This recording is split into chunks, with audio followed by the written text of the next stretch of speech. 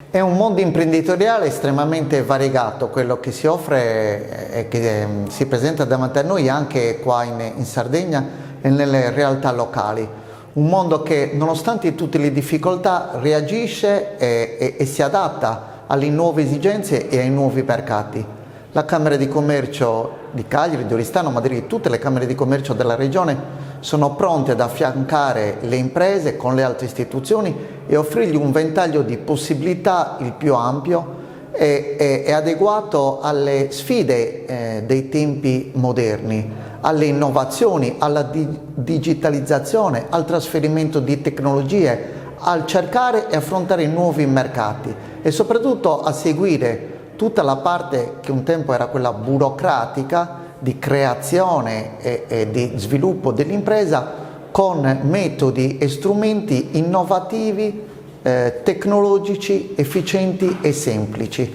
Abbiamo veramente un ventaglio di possibilità, ne cito solo una adesso, il NextPID, che consente alle imprese di affiancarsi a consulenti per avere un orientamento di maturità digitale e ad affacciarsi appunto a nuovi mercati in chiave